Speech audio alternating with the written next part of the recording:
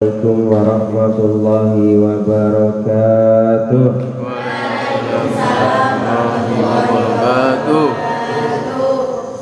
Hamdan wa syukran lillah, salatan wa salamun ala rasulillah, amma ba'du. Alhamdulillah, kita sekarang memasuki bab yang baru, masih di dalam kitab sholat, kitab tentang sholat.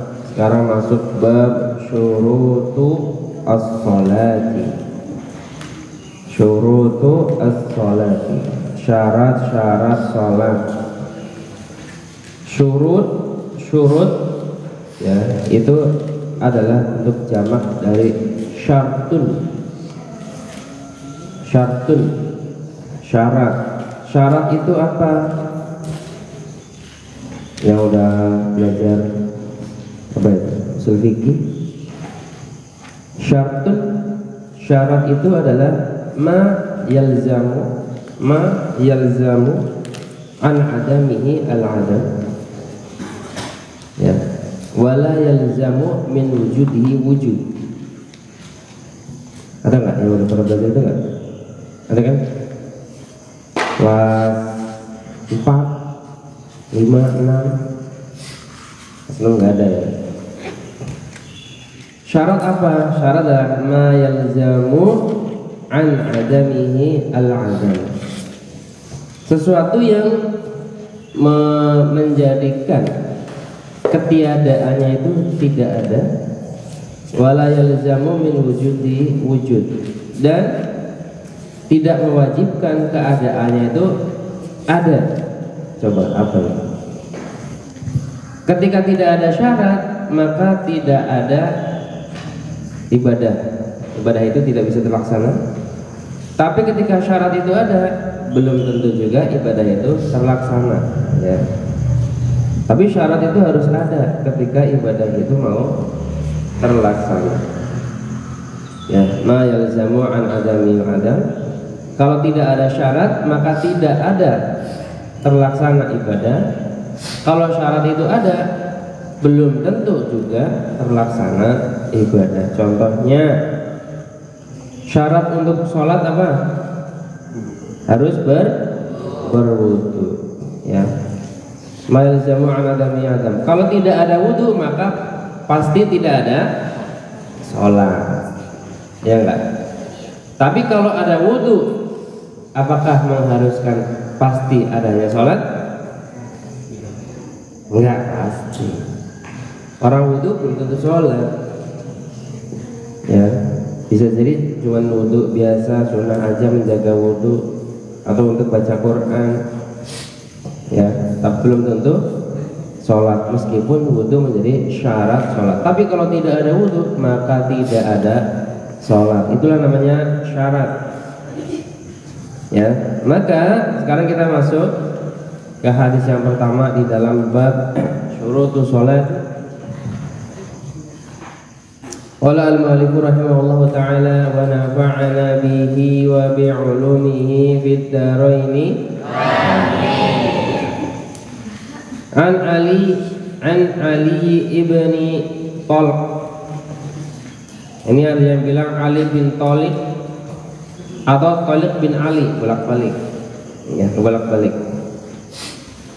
An Ali bin Talq radhiyallahu anhu qala Rasulullah sallallahu alaihi wasallam, idza fasa ahadukum fi sholati falyansarif wal yatawadda wal yu'idis shalat.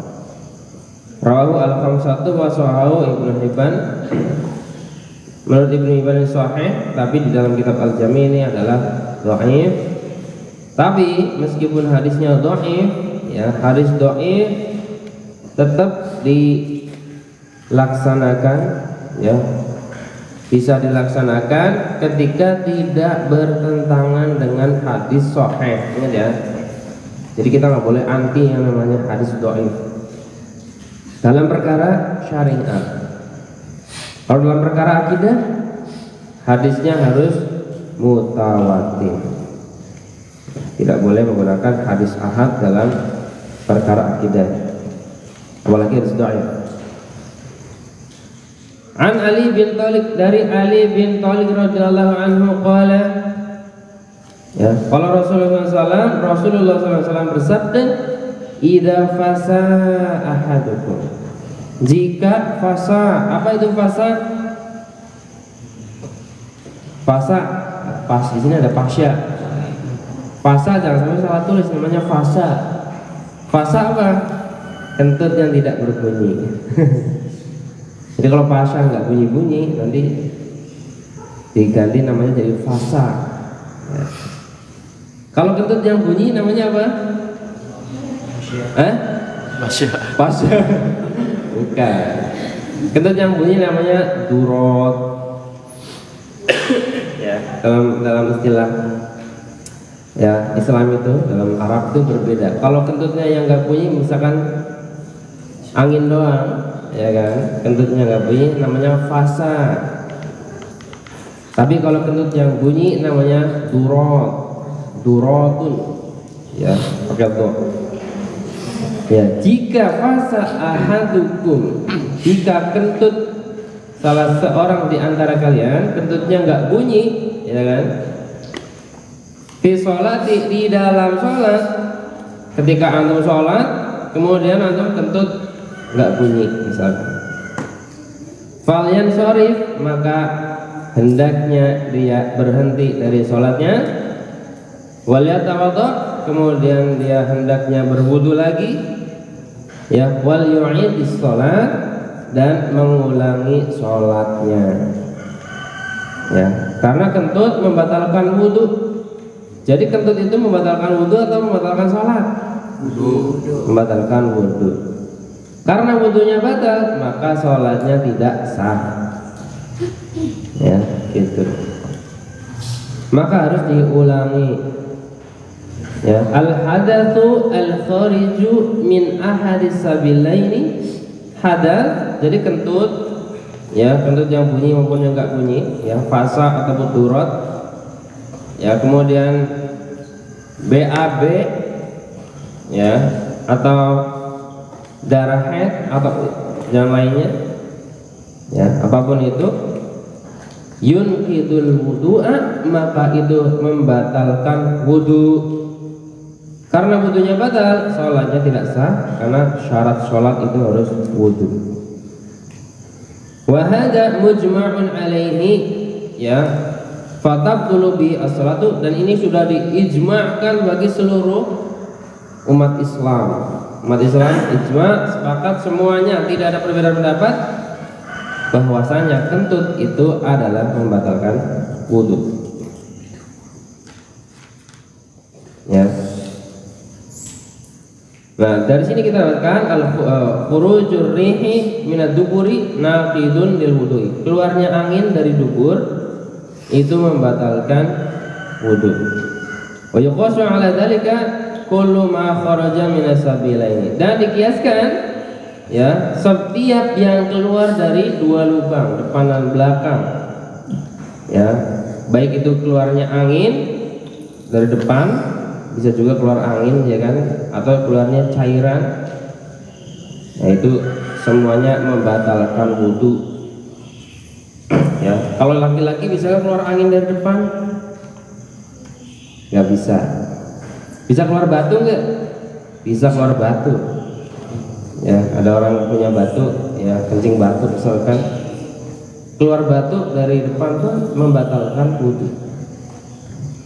Apalagi keluar batu dari belakang. Keluar angin kalau ahad bisa, ya, dari depan dan belakang bisa keluar anginnya, ya.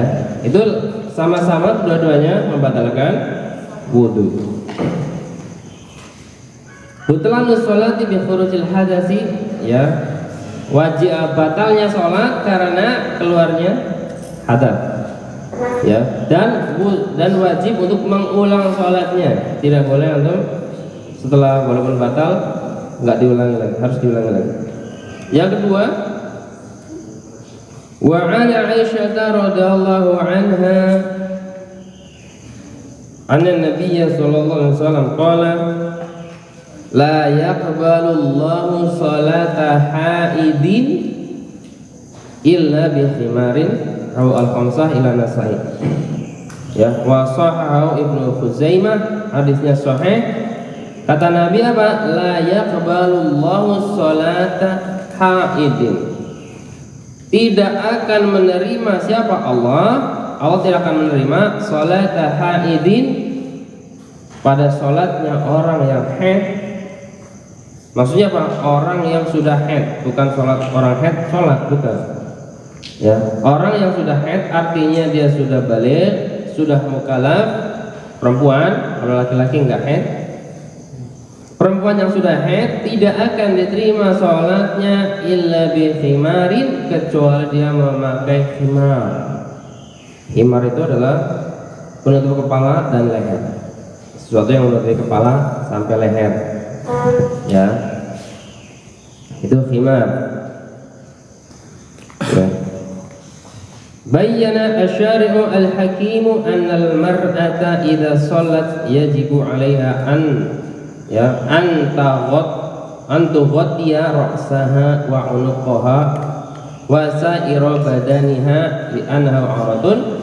Ya, Allah SWT dan Rasulnya asy-syari' menjelaskan bahwasanya perempuan jika sudah haid, kalau belum ya boleh sholatnya kayak anak-anak bocil-bocil di sini, ya, kayak Safana, Bella, Zikia, ya kan, itu kan belum balik, itu boleh sholatnya nggak pakai kerudung juga boleh. Tapi kalau sudah haid itu wajib memakai kerudung. Idza sholat, jika mereka sholat, perempuan tadi, yajibu 'alaiha an tughtiya ra'saha, wajib dia menutup kepalanya, wa 'unuqaha dan lehernya, wa sa'ira badaniha dan seluruh badannya, li annaha auratun, karena semua itu adalah aurat. Ini perempuan. Laki-laki gimana? Laki-laki juga menutup auratnya. Aurat laki-laki antara besar dan lutut saja. Kalau pakai sarung doang gimana? Sah nggak? Sah tapi berdosa. Sah tapi dosa. Tutup auratnya doang, nanti dibahas. Fa idza shalat makshufatal badani fa sholatuha batilatun. Jika sholat kemudian badannya tersingkap, auratnya terlihat, maka sholatnya batal. Nah, sekarang kadang ada orang pakai mukena, ya, mukenanya kecil, ya kan, kerudungnya kecil. Ya, di kemarin pakai kerudung kecil-kecil, ya, nggak sah itu, sholatnya batal. Kelihatan auratnya batal, tersingkap batal, tersingkap auratnya. Ya, maka lebih aman untuk pakai mukena yang lebar kalau sholat. Kalau pakai kerudung yang panjang, biar bisa sholat di mana aja, karena sholat kan nggak harus pakai mukena. Mukena itu hanya ada di Asia Tenggara, ya, Indonesia sama Malaysia, Brunei mungkin. Ya, kalau yang lain pakai gamis saja udah pas, cukup sholat. Ketika pergi-pergi udah pakai gamis syar'i menutupi semuanya kecuali muka dan telapak tangan, langsung aja sholat gitu. Wa huwa al-muradu binafil qabul fil hadis. Ini yang maksud dari tidak diterima sholat, ya, karena auratnya terlihat. Berarti menutup aurat menjadi syarat untuk sholat, sahnya sholat. Tapi walaupun sudah menutup aurat, apakah orang itu pasti sholat? Enggak pasti sholat. Itu namanya syarat. Ya, jadi syarat itu sesuatu yang tidak adanya menjadikan suatu syariat itu tidak sah, misalkan. Tapi walaupun keadaannya tidak mewajibkan suatu syariat harus terlaksana. Itu namanya syarat.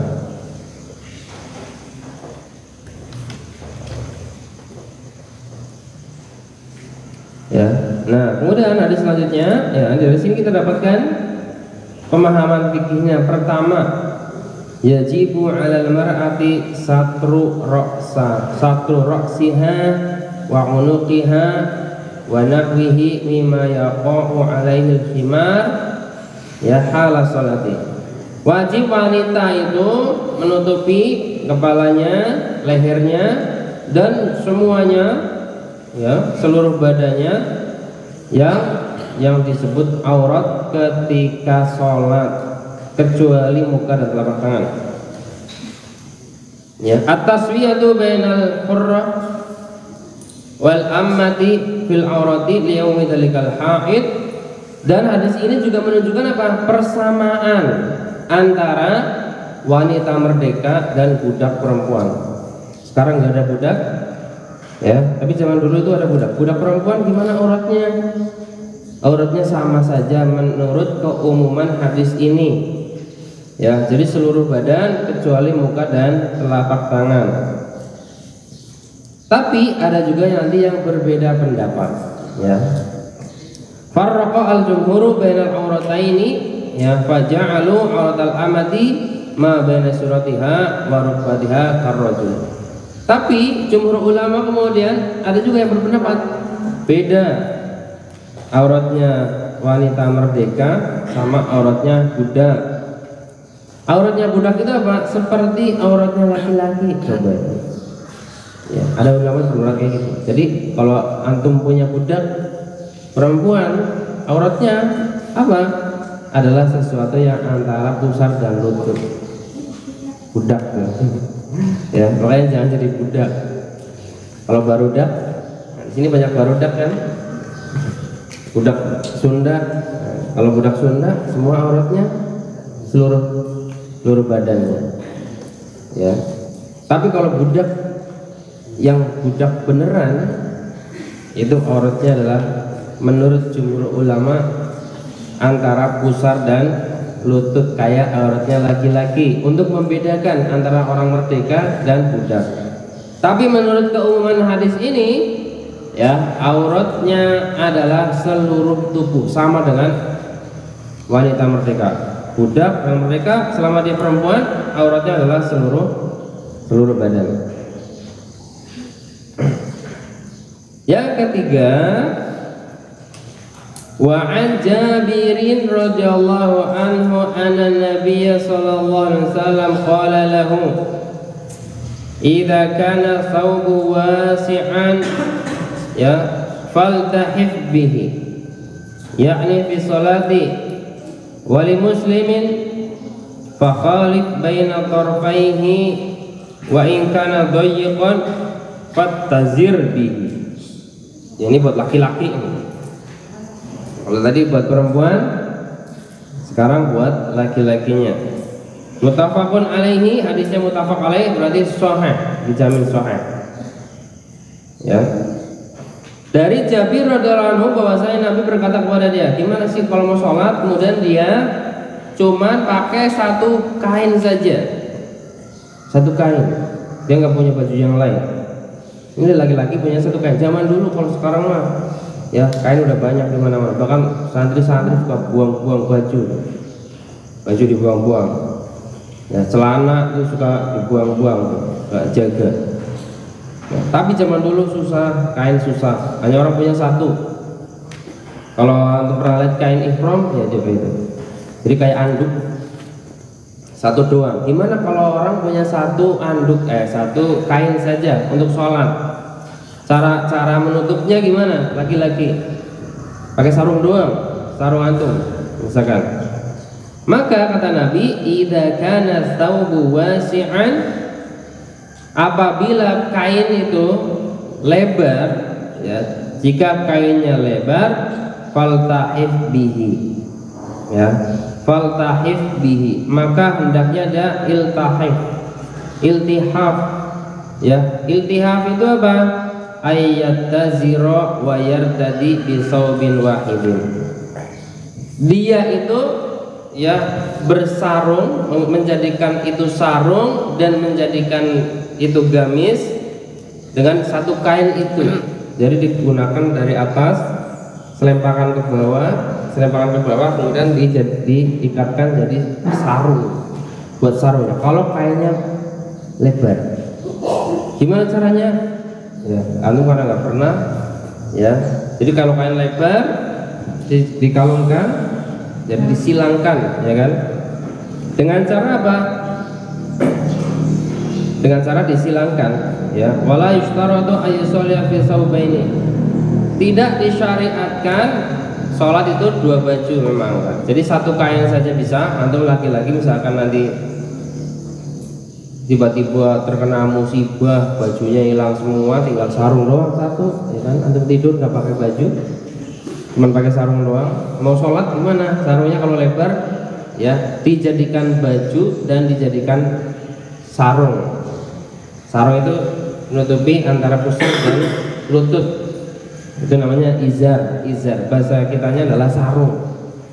Nah, jadi pakai baju dan sarung. Kalau di Indonesia ya baju dan sarung dua. Tapi sebenarnya nggak harus dua orang pakai baju ketika sholat itu. Ya, kalau lebar maka iltiham, dikalungkan menjadi gamis dan disarungkan, ya diikat, gitu. Wahada min samahati dinil Islam, ya ini merupakan kemurahan, ya termasuk keluasan dari agama Islam. Jadi agama Islam itu nggak memberatkan. Kalau punyanya satu ya satu, nggak apa-apa. Ya. Menurut hadis riwayat Muslim, ya fa khalif baina tarfaihi, disilangkan antara kedua ujungnya, disilangkan ini. Ya, dari pundak kanan ke kiri, pundak kiri ke kanan, disilangkan, nah baru dijadikan sarung. Bawahnya diikat, kalau nggak diikat ya bisa kemana-mana, ya. Wa in kana dayiqan, tapi jika antum punya kainnya kecil, gitu, sempit, nggak bisa dijadikan gamis, kain itu, ya fattazirbi, maka jadikanlah itu sarung saja, pakai sarung, ya. Fattazirbi berarti melakukannya adalah iltizar, bersarung, menggunakan sarung, ya, yaitu apa? Satru asfalal jismi ma baina surati wa rukbati, yaitu hanya menutup bagian aurat laki-laki saja antara pusar dan lutut kalau kainnya pendek, ya kainnya kecil, ya itu. Nah makanya dari hadis ini kita dapatkan beberapa, jadi misalkan satu lah gitu. Jadi kalaupun sholat antum tidak diwajibkan atau tidak disyaratkan menggunakan dua kain, dua pakaian, baju koko dan sarung, enggak harus kalau untuk laki-laki. Ya, laki-laki itu simple, ya pakai sarung doang boleh nggak sholat? Boleh, cuma nanti ada ya makruh, ya makruh laki-laki sholat menggunakan sarung saja tanpa menutup pundaknya, ya. Walahuma min hadisi Abi Hurairah radhiyallahu anhu, dan ya dari keduanya, ya dari keduanya adalah huma itu maksudnya Bukhari dan Muslim, dari hadis Abu Hurairah, ya Abu Hurairah anhu, la yusolli ahadukum fi thawbil wahidi laisa ala atiqihi minhu syai'un. Nah, kalau kita baca hadis yang tadi saja maka boleh tuh kita sholat tapi cuman pakai sarung doang, atasannya kosong, ya dari pusar ke atas nggak pakai apa-apa, boleh. Tapi ada hadis lanjutannya, di hadis yang lain dikatakan la yusolli ahadukum, tidaklah sholat salah seorang di antara kalian fi thawbil wahidi, dengan menggunakan satu baju atau satu kain, laisa ala atiqihi minhu syai'un, yang tidak ada di atas pundaknya itu sesuatu. Jadi kalau antum pakai sarung doang untuk sholat, pundaknya harus tertutupi sesuatu, kain yang lain. minimal tutup pundaknya. Pakai sorban boleh nggak? Ya boleh, pakai sorban ketutupan ya. Satru a'lal badani fi sholati wa in lam yakun auratan wa qarun wa ta'dhim ya. Jadi menutup bagian atas badan bagi laki-laki meskipun itu bukan aurat ya. Jadi pusar ke atas laki-laki bukan aurat, tapi itu merupakan kehormatan, kemuliaan. Jadi kalau ada orang sholat kemudian cuma pakai sarung doang, dia menghinakan dirinya. Nah, ada nggak yang sholat pakai sarung doang? Ada yang aneh-aneh tuh, yang gus-gusan gitu. Tahu nggak gus-gusan yang pakai kolor doang, ya kan? Rambutnya gondrong, ya, yang disium-cium tangannya, udah pakai. Ya, malah dia nggak nutup aurat tuh, pakai kolor doang. Pergi kemana-mana di jalan-jalan, ya, ngisi ceramah, kadang-kadang suka ceramahnya ngaco, ya kan? Pernah nonton nggak? Itu nggak boleh ditiru kayak gitu, nggak bener itu. Ya, tapi katanya dia wali, ya, wali apaan? Namanya wali majdub, wali yang udah melenceng, ya, udah otaknya udah nggak ada, ya. Majdub namanya, jadab. Orang-orang jadab kayak gitu apa? Boleh ditiru nggak? Nggak boleh ditiru. Kalau ngomong apakah kita dengerin? Nggak usah didengerin. Dianggap sudah tidak memiliki akal. Ya. Kalau orang nggak memiliki akal gimana? Sudah rufi al qalam. Ya. Orang nggak punya akal itu kayak orang tidur, tidak dihitung pahala dan dosa. Ya. Ya, maka bagi kita yang masih normal-normal gimana? Antum kalau sholat ya pakai sarung, atasnya pakai baju, gitu. Karena masih ada baju kecuali darurat. Faman sholat maksyufa a'lal badani sahhat sholatuhu ma'al karahati wa huwa qaulul jumhur. Menurut jumhur ulama, barang siapa yang sholat kemudian bagian atasnya tidak ketutup apa-apa, sholatnya sah, tapi dia makruh, hukumnya makruh, ya. Wa an Ahmad riwayatani, ya, arjahahuma al-qawlu bisihati, ya, fanahyu litanzihi la litahrim. Ya, menurut Imam Ahmad itu ada dua pendapat. Yang paling sahih menurut Imam Ahmad adalah sholatnya sah, ya. Yang kedua berarti sholatnya tidak sah. Ya, tapi larangan di sini gimana? Larangan, ya, tidak boleh sholat tapi bagian atasnya kebuka untuk laki-laki. Itu bukan larangannya menunjukkan keharaman, tapi litanzi, untuk menjaga kehormatan, ya, kehormatan Anda. Ya, laki-laki terhormat dengan apa? Pakaiannya. Ya, kalau antum pakaiannya compang camping, pakaiannya asal, maka orang tidak akan menghormati Anda, ya. Tapi kalau antum pakaiannya rapi, ya kan, keluar pesantren pakai baju koko, kemudian pakai sarung, ya, pakai peci, orang-orang juga akan menghormati. Tapi kalau antum pakai bajunya baju nggak jelas, ya kan, baju kaos tulisannya banyak gambar-gambar nggak jelas, orang tidak akan menghormati antum, malah nanti diajak tawuran. Ya, di sini sering banyak terjadi tawuran. Jangan sampai santri, ya, malam-malam keluar tanpa izin, tiba-tiba jadi korban pengeroyokan tawuran. Dikiranya tuh geng. Ya, di sini sering. Di sini di Jalan Kampung Sawah situ, ya, sering terjadi tawuran, geng motor. Malam-malam juga bahaya. Ya, kemarin malam baru terjadi apa? Tabrakan. Ada orang pakai motor malam-malam karena nggak kelihatan, ditabrak sampai kepalanya bocor, meninggal. Di mana? Dekat sini itu, ya, daerah kolam renang situ. Kolam renang Badut tuh kan, ada yang tahu ya? Ada yang tahu, ada yang nggak tahu. Jadi kolam renang Badut kan ada tanjakan, turunan, perempatan. Nah, pas mau lewat, tabrak orang.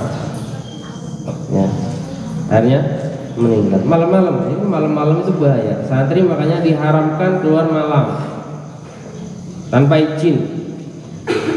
Ya, berarti kalau haram, kalau keluar dosa. Ya, dosa idari. Ya, nanti dipertanggungjawabkan di hadapan Allah Subhanahu wa taala. Sampai sini ada pertanyaan? Enggak ada ya. Ini masih syarat-syarat sholat. Ya, semoga ini bisa menjadi pengetahuan dan juga bisa dilaksanakan sama kita. Antum nanti kalau sudah jadi terjun ke masyarakat, jadi ustadz-ustadzah, bisa menjelaskan ke masyarakat, ini loh sholat kayak gini. Kalau ada sholat, ada orang sholat nggak pakai baju, ya nggak apa-apa, makruh saja. Menurut jumhur ulama sholatnya sah. Tapi kalau perempuan sholatnya nggak pakai baju, waduh, gimana? Ya, sholatnya batal karena seluruh badan adalah aurat kecuali telapak tangan. Nanti kita bahas ke depan, kecuali madhab, ada madhab Hanafi ya, yang kaki itu masih boleh kelihatan. Ya, telapak kaki itu masih boleh kelihatan menurut Hanafi. Tapi menurut ulama yang lain itu harus tertutup. Ya, itu saja mungkin yang bisa disampaikan. Ya, terima kasih atas perhatiannya. Semoga bermanfaat. Kita kembalikan kepada pembawa acara kita. Wassalamualaikum warahmatullahi wabarakatuh.